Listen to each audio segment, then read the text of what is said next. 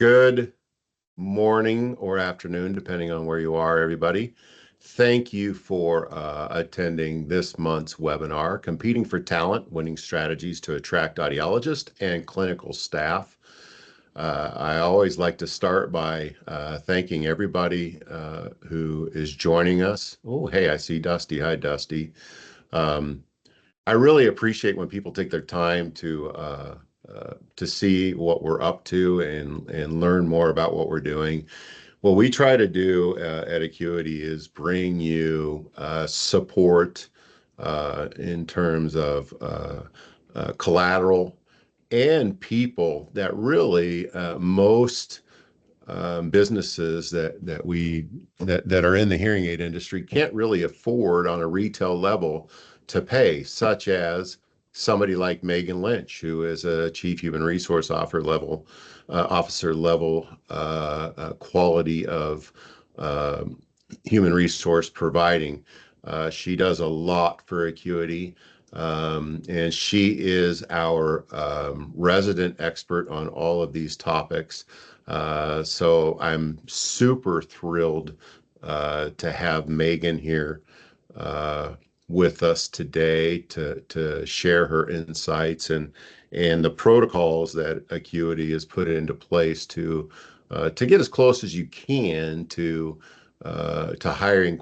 finding and hiring quality candidates. I like to say be slow to hire and quick to fire, because finding somebody that's a culture fit is as or more important than the level of care that they provide, because you can train the care. You can't give somebody a new personality. So Megan, welcome. Oh, also, I want to ask everybody to please, if you have questions, type them in the chat. Sarah is going to be monitoring that chat, and we'll answer those questions at the end of the conversation. Megan, welcome, and tell us a little bit about yourself. Yeah, well, thank you, Steve. Appreciate that nice intro. As Steve mentioned, I'm Megan Lynch, and I am the Director of HR for Acuity Hearing Network. What that means is I lead everything related to people and culture. So we help support a nationwide network of private practices, hearing clinics, and my role is to help attract, develop, and retain the best of the talent in the industry. I focus on helping build strong teams, streamlining HR processes, and creating a workplace where employees feel valued and supported. And what I like to say, or something I think about, is when we have efficient and great people processes, that just helps us serve the patient so much better and really helps the patient experience. So I'm excited to be here today, and thank you again, Steve, for having me. Absolutely. Can you tell me, one of the really your business is only as good as your people, and it's really hard, I'm told, to find good people for a retail hearing aid space. Can you tell me about the current market in trying to find audiologists and or dispensers, hearing professionals to hire with the specific address that you need? How's that going? Yeah, sure. So finding candidates in this market is really, really challenging. I think that's a challenge we can all relate to. It really, no matter if you're rural or if you're in a city, it's tough to find providers and clinicians. And so just a few stats when we just kind of step back and look at the market. The growth rate is growing pretty fast in terms of audiologists and hearing professionals. However, the unemployment rate is really low right now with 4.2%.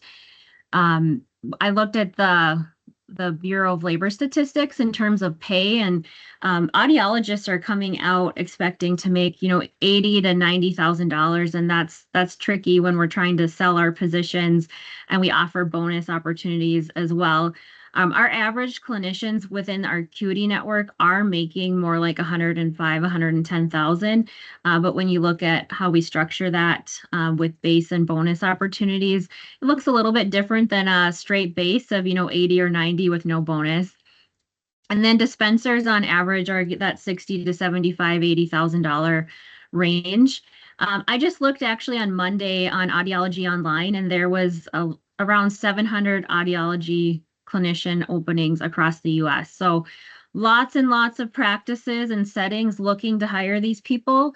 Um, and it's competitive. And so just a high demand with limited candidates really is what we're facing. There's not that many graduates every year. And so how can we be, we're going to talk in a little bit how to be creative in finding that talent. A couple of things I wanted to also just touch on the climate, excuse me, and the market. When we're looking at hiring front office staff and patient care coordinators, it's typically taking, a month to 45 days to fill those positions, depending a little bit on like uh, where they're located, if it's a rural area or if there's a lot of candidates available in the market. And then we look for people that have had prior experience, like possibly a nice switch over to our clinics would be somebody that's worked in a dental office or an eye doctor office, has some kind of medical office background, or just really great at customer service. We've had a lot of success hiring front office staff that have worked in the service industry. And then with clinicians and audiologists, dispensers, depending again on the location and the time of year that we're trying to fill the position, it has taken anywhere between, a month or two to up to 6 months or more if it's a difficult to fill location. Some things that play into that is, do we offer, relocation assistance? Um, do we help how easy is it for them to transfer their licensure if they're not licensed in that state? And then are we partnering to try to find new grads? Excellent. So tell me, how do you find these candidates? Yeah, that's a good question. So we use multiple recruiting channels in our process. One thing, I'll name a few of them. I think they're pretty familiar to everyone, but we use Indeed. We post our positions all on Indeed. We also use Audiology Online, LinkedIn, Here Careers. We use the IHS job board and Here Careers, or I said that, I guess, Here Careers as well. So IHS is more for the dispensers. Here Careers has been helpful in the new grads or alumni or externships. And one tip I want to just share that I think is a unique strategy that we use is, so we don't post all of our positions on Audiology Online. It's around like a little under $400 a job to post a position for 30 days on Audiology Online. And we haven't honestly gotten a lot of traction in terms of people actually applying for us there. So what we do is we have a position out there, and then we use it more of a sourcing strategy. So Audiology Online offers their recruiting database or resume database, so you can go out and proactively source and recruit and try to find people and reach out. And that has had some success in terms of just proactively reaching out there. I would How also much oh, go ahead. how much are some of these other avenues? Indeed, LinkedIn, here. Yeah, yeah, good question. Here Careers is similar to Audiology Online in terms of the cost. Indeed, you can set a price point. So let's say you don't want to spend more than $500 in 30 days, you can set that, or $300. What the difference is the more you spend, the more you might be able to get your job in front of people in terms of you can sponsor it on Indeed, or you can do like a campaign where more people are potentially seeing your job. I've had success putting in I'd say a realistic, reasonable budget and still getting candidates in, especially in our Florida market, on Indeed. So that is, and a lot of our hires, I'd say 75% or more, do come directly from people that are applying on Indeed. So it's a really great one if you're not using to start thinking about getting your jobs out there. Here's a question I have. So we have a high concentration of clinics in the Daytona area. Uh, Mm-hmm. how does it work? How do you engage with current employees to help find other people? Do you offer incentives, and is there success in that? And is there success in just posting on Facebook or or any other social media? I see LinkedIn, that's kind of an obvious one. What about some of the others? Are those useful, especially using your current employees? Yeah, I think that's a good question, a good point. So we do ask our staff to help share the jobs out on social media, whether that's LinkedIn or Facebook. We have some audiologists that are very active socially, I guess, in the uh, online presence in terms of there is specific audiology Facebook groups and HIS dispenser Facebook groups that you can join, and then you can share your jobs. I think it always means more or attracts more if one of our audiologists or our dispensers posts it versus if I do it as the recruiter, because it's like they can relate to that person. They have that similar credential and that similar background. And so if you can get someone to be that champion on your team to go ahead and be helping you spread the word and post, I've found that to be an effective strategy.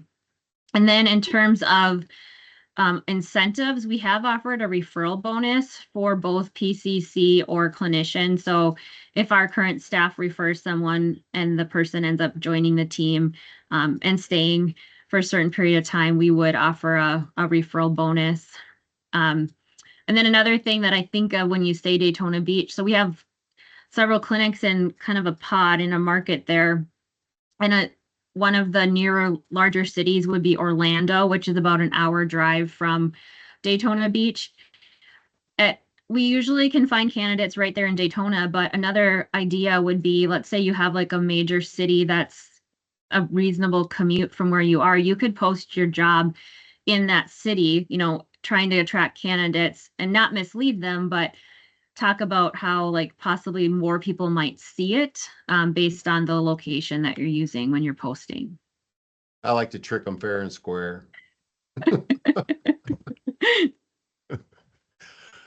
Tell me about some other ideas that we have to, as this slide says, grow our talent pool. Yeah.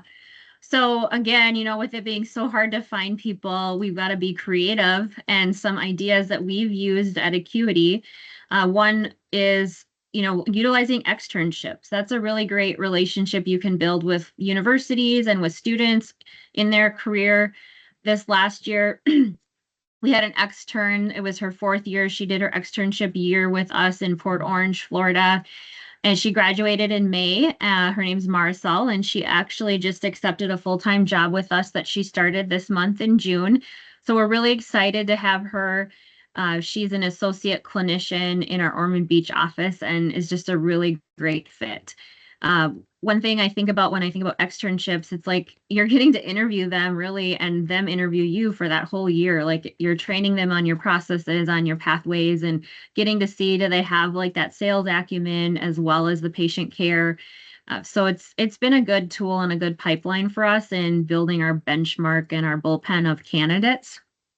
And then we have an associate clinician role where we help entry level clinicians really grow in their career. This could possibly be used for new grads like Marcel or somebody that's maybe a career changer and has some really great personality attributes and the DNA to be a clinician, but they would have the opportunity to mentor and train on our pathways and our processes under maybe a more experienced clinician. We also have an internal training program that's a development track, which is a path to licensure and upskilling. Our goal isn't to be licensed. Our goal is to find people that can be proficient providers helping out our patients. And so licensure is just one part of that process. But really, this is like we like to look for people that maybe have a bachelor's in communication sciences disorders and they just don't know what to do. Are they going to go to school to be an audiologist or wait? A lot of them say, I didn't even know this HIS thing was something I could do. I'd love to try that out. Or maybe it's somebody that's been really great at sales in a different industry and they have a heart for patients and they want to transition into hearing health care. Another one that we don't do all the time, but occasionally we have a PCC that has the DNA to be a provider, and we'd love to help see them grow their career on our team.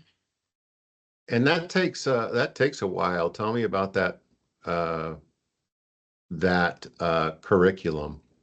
The Yeah, so internal we have, training program. Yeah. sure, The sure. 2-year process. It's a 2-year process, and when you say that to candidates, sometimes their eyes get really big because they're like 2 years. But if you think of it, it's like they're getting an education, they're getting an associate's degree, they're getting a degree. Really, we're paying them and we're teaching them, um, and they're getting a career out of it that they can make 6 figures and help so many people. So it does take a while, but it goes fast, and we have a pathway in mind in terms of what they learn in their first quarter, I guess, of learning and throughout their curriculum. And so by the end of that, we've got somebody that's ready to go and either work in one of our clinics that have a group mentality, or we're ready, once they pass through all of that and really have earned it, they could go out and be in a single clinic with a PCC.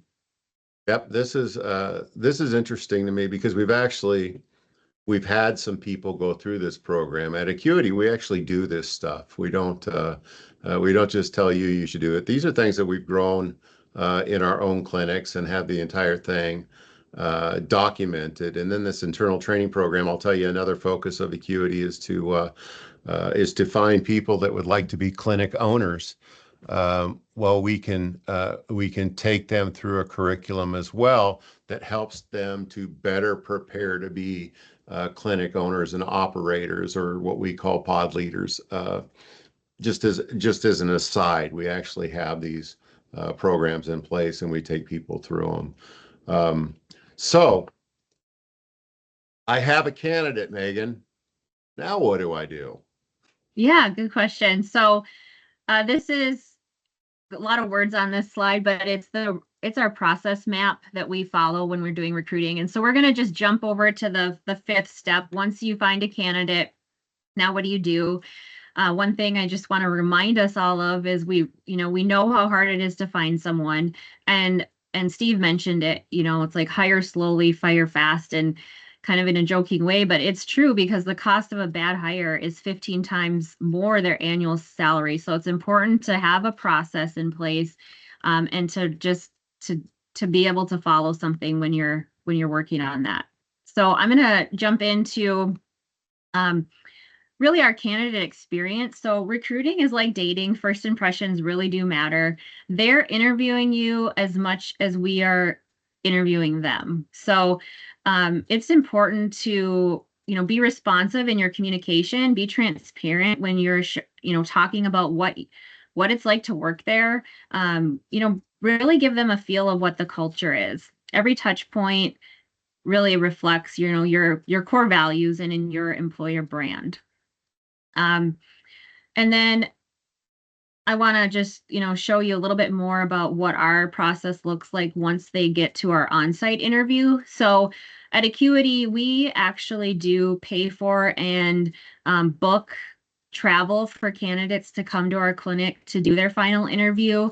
Sometimes they're local, and that the only thing different is we don't have to fly them there, but often we fly candidates to our location, we book their flight, their hotel, and then we have a on-site, we call it a working interview. It's at least a day, sometimes two, where the candidate gets to be in the clinic and rub shoulders with our clinicians, go in on the patient visit, see what our patient experience is like, what our pathways look like. They get to see our PCCs, see our providers in action, and what the culture is like. How do we communicate? How do we treat our patients? It's a great opportunity for them to see how they would fit in to the team and what a day in the life would look like.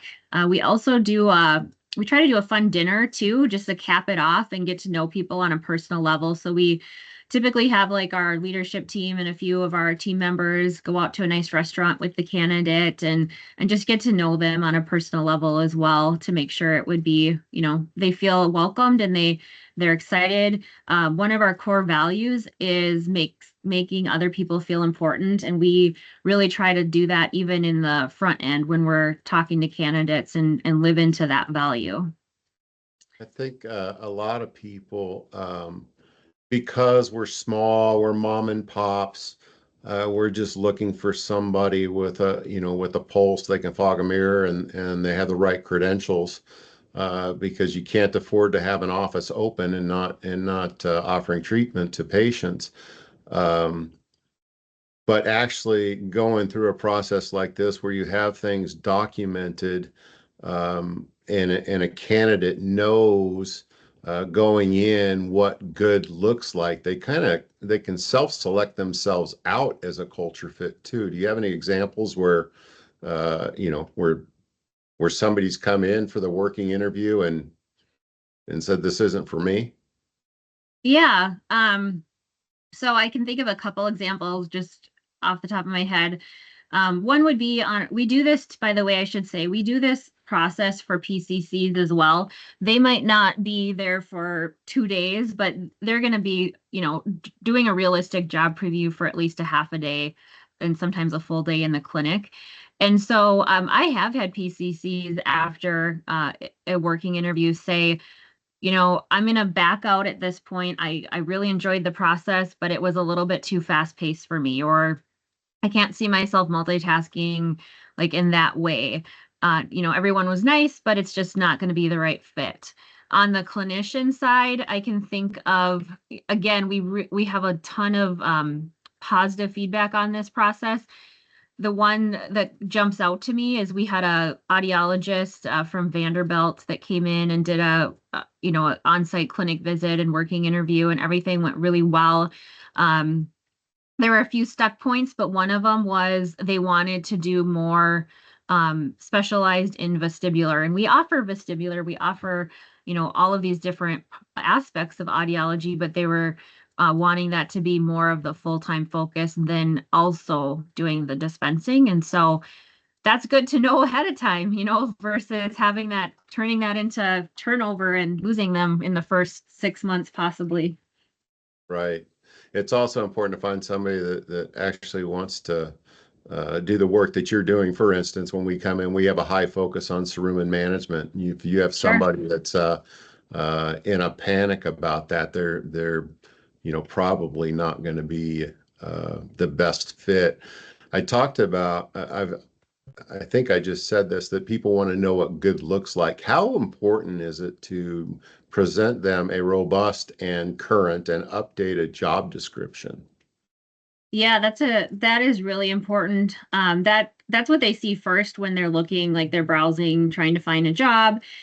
We also have developed something from our from Scaling Up, a book that we we talk about a lot here at Acuity, but we have job scorecards as well for our positions. And what that means is it's not just the job description and what the marketing is that we're trying to attract these candidates to apply, but then what does success look like in the job, like in that first year, or even after that? So, for example, on PCCs, on our job scorecard, we talk about companion rates and call conversion and just different things of that nature. And those are metrics that we measure performance on. For our clinicians, we're talking about active customers. How many people are you helping?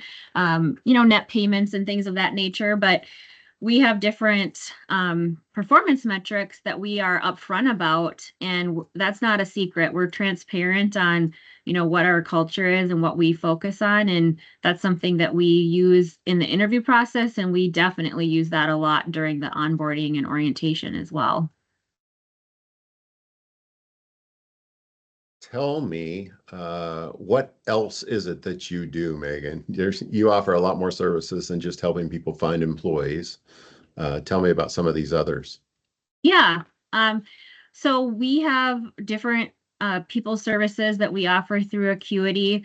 I'll start with is payroll administration. So, something that we can do is just help take that off your plate in terms of that time, the paperwork. We can help ensure, accuracy, compliance, making sure people are getting paid on time. Benefits management is another one. So we can help you, whether it's a one-time project, maybe just helping you get through open enrollment. How do you explain the benefits to your employees? Maybe it's going out and finding benefits. You maybe don't offer benefits and you want someone to go out and do the research and find a broker and get all that set up for you and then coordinate the process works well with payroll because often, you get your benefits taken out of your paycheck or you're providing benefits as well. So just that benefits management and administration.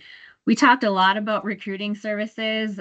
One thing that I guess I did not mention is during our recruiting process, we also do assessments. So the PXT assessment is one that we have used for a really long time. It helps measure uh, really the fit for somebody.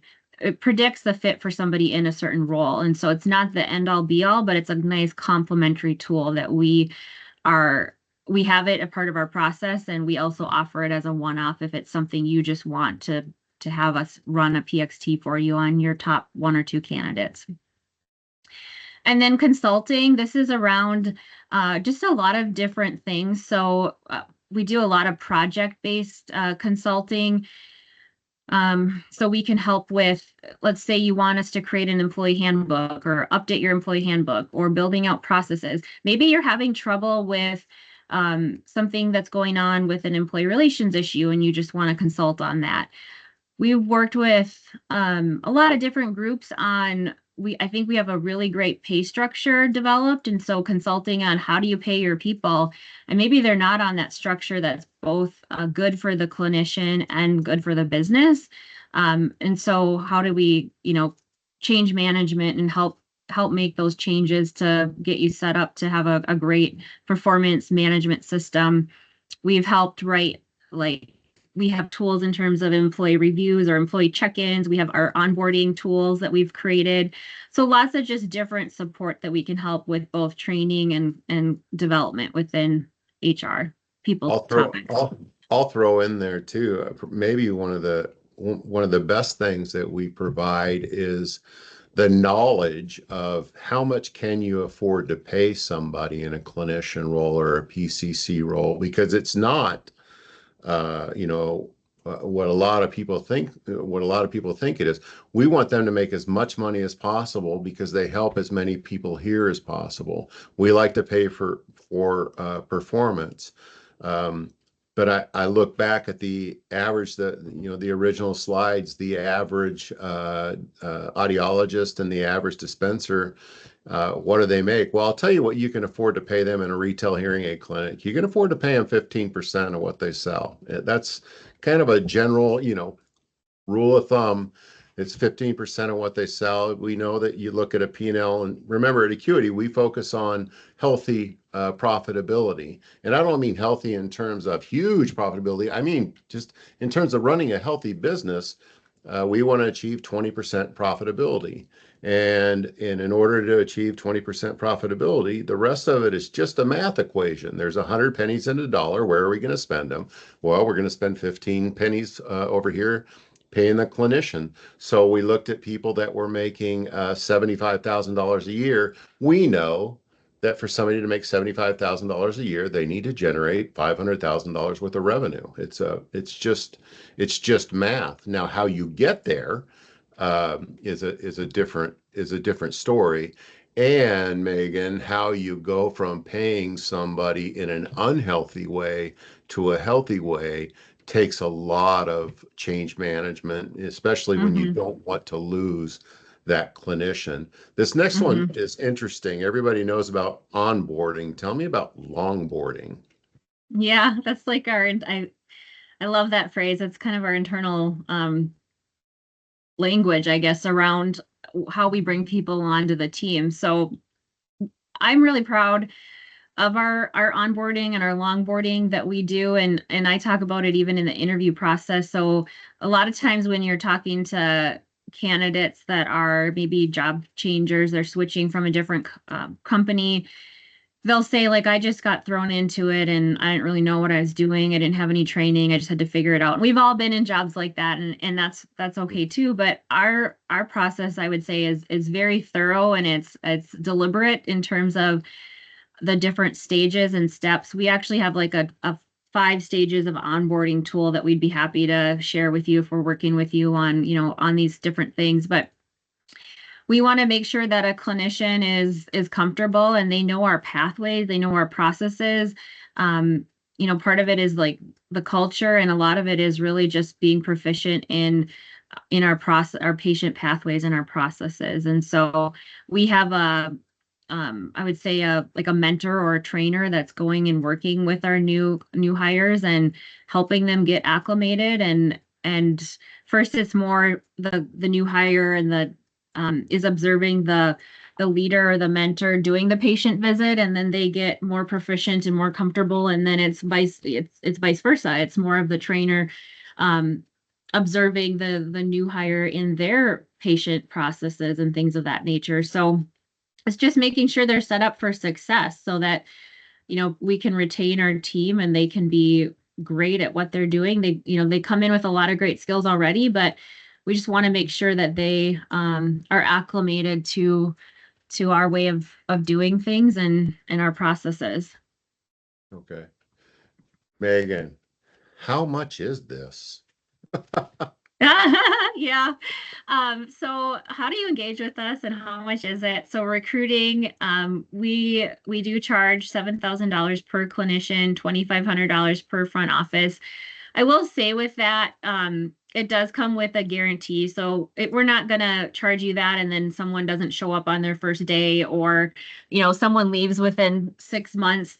Well, we would replace that person at no cost other than, an advertising fee. But we, when you look at like a lot of consulting staffing agencies charge 20 to 30% of the first year salary. When you think of it like that, like a clinician maybe comes in at 60,000, 70,000. This is a lot closer to, 10% or less than what other staffing agencies would be charging. We mentioned we do assessments. That's complimentary if you're doing our recruiting process. But if you're doing your own recruiting and you just want to see a PXT assessment, we'd be happy to run that for you, and that would be $250 per assessment. And then on the HR consulting, this is really that project based that we talked about in terms of, helping you with your pay structures, helping you with ongoing employee relations, or maybe engagement. Maybe you want us to help you with your engagement and retention to reduce turnover. Or we can do other things like update your employee handbook, or help you train you on how to do the associate clinician model, or how do you do you have an extern, onboarding tools, all of that. We do charge $250 an hour, and we have a 6-month retainer. However, all of our services, you have a 30-day cancellation opportunity. So if you get started and it's not something that you think you're gonna it's not what you're looking for, we absolutely could end that within 30 days. And we ask for 2 hours a month because we feel that that is what it would take to, just be efficient in these projects, because it's not like these are quick fixes, a lot of these things that we're talking about. And then with payroll, we'd be happy just to come in and do a complimentary assessment and figure out what the pricing would be for running your payroll. A lot of it depends on systems that you maybe already have in place, or if we're going to use our system and things of that nature. I think, adding on to this, we do a lot more, but I want to jump back into this project based consulting. At Acuity, we really, I don't want to say we don't believe in contracts. We believe in commitments. We want to kind of put our hands in the middle and say we're all going to do this together and give it our best shot. Um, but here's a promise from me to you. It's kind of like if you hire an employee, you don't have to wait 6 months to fire us. Our goal is to have you want to do business with us for the rest of your professional lives. However, if it's not a fit, we don't want your money. We don't want the commitment. We're going to move on, and just like finding an employee that's a good culture fit, we want customers that believe that we are a good culture fit in their practice. So really, any way that you engage with us, we don't want to lose money. So anything that we have a cost in, we're going to expect you to pay for that. Um, but if the other services and our time is not what you had bargained for, then you're able to to cancel that at any time. And I think that's pretty unique in the industry. And then I'll also tell you that this $7,000 per clinician and $2,500 per front office, $250 an hour, which in the consulting world is nothing. I will, it's a goal at Acuity to be the lowest barrier financially that you can do business with. I don't mean it's our goal to be the cheapest, but I mean that it is our goal to be scalable and affordable. And our goal is to be the least expensive in the marketplace because we run lean. Not because we want to do poor work, but we run lean, we run smart, and we have all of these things already documented. So the fees are relatively low. And the other thing that we want to make sure, remember, I said our goal is 20% profitability.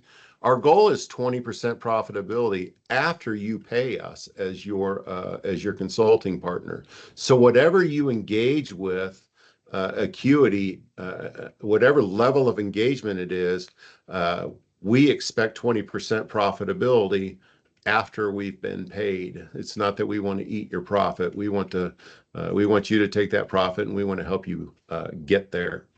I want to ask Sarah, have there been any questions along the way? I'm not, excuse me, I'm not seeing any questions in the chat yet, but if we want to pause for a second and see if anyone has any questions, feel free to type them in the chat. Megan, do you have any final thoughts? I mean, really nothing other than I would welcome engaging with any of you and working and helping you with your people processes, whether it's recruiting or it's how to pay somebody. I love what I do, and I'd be happy to meet you or to work with you in the future. All right. Thank you, Megan. Sarah, I assume there are still no questions. I see the people left in the room. No questions.